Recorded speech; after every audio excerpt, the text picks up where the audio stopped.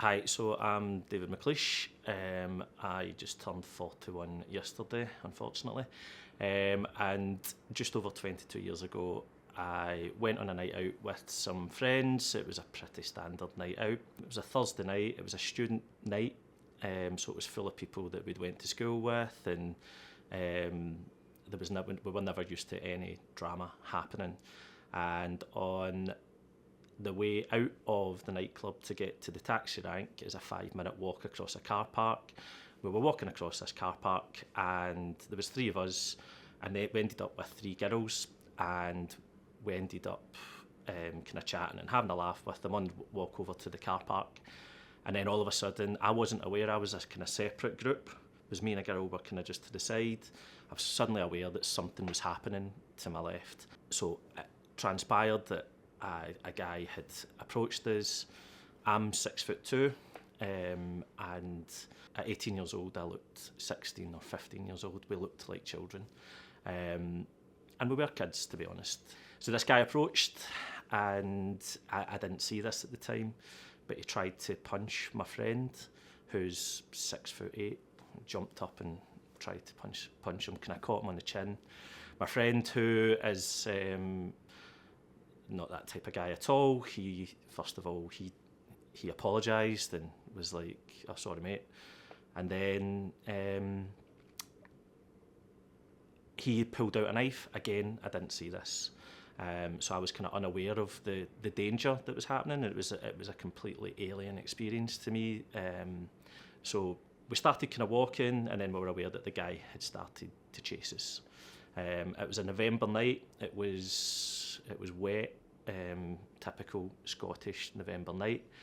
We had a look behind us, and he had started running towards us. Again, I still wasn't fully aware of the danger. I hadn't seen the knife. I had just been told, we need to get out of here. So we started running, and I was the last person to react. And as I turned round to see where he was maybe about 15, 20 feet behind me. As I turned back round to face the front, I hit a puddle that was full of leaves. I stumbled and I fell, and then I turned round, and then it became a bit of a blur, and I kind of remember him coming at me with a blue jacket. And again, I'm not an aggressive guy, and I put my hand up and I said, "Look, mate, I'm really sorry. I don't know what we've done. Is there any way we can chat about this?" And I have a memory of him smiling as he pulled out a knife, and I put my hand up. So I have a scar from here to here on my hand. It's still, even after 22 years, is still pretty deep. And my hand fell to the side. And then I felt something on my face. There was no pain or anything. It was just, I was aware of something on my face, and then he kicked me in the teeth. My best friend Callum, who was my best friend then, is still my best friend now. He decided we better go back and check on Dave. That's when the guy that attacked me had turned back round and seen Callum, and then decided to go after Callum. So again, that kind of saved me. And then I've got a memory of kneeling on the pavement, and I've got blood all over this terrible new outfit that I had bought for the night. And then a car, about a minute later, skidded to a stop, and it was all kind of in slow motion in my head, and skidded to a stop. And my head went straight to, this is more people coming to attack me. And the next thing, the passenger door opened, and it was obviously a mum coming to pick her daughter up from being in the same club as we were in.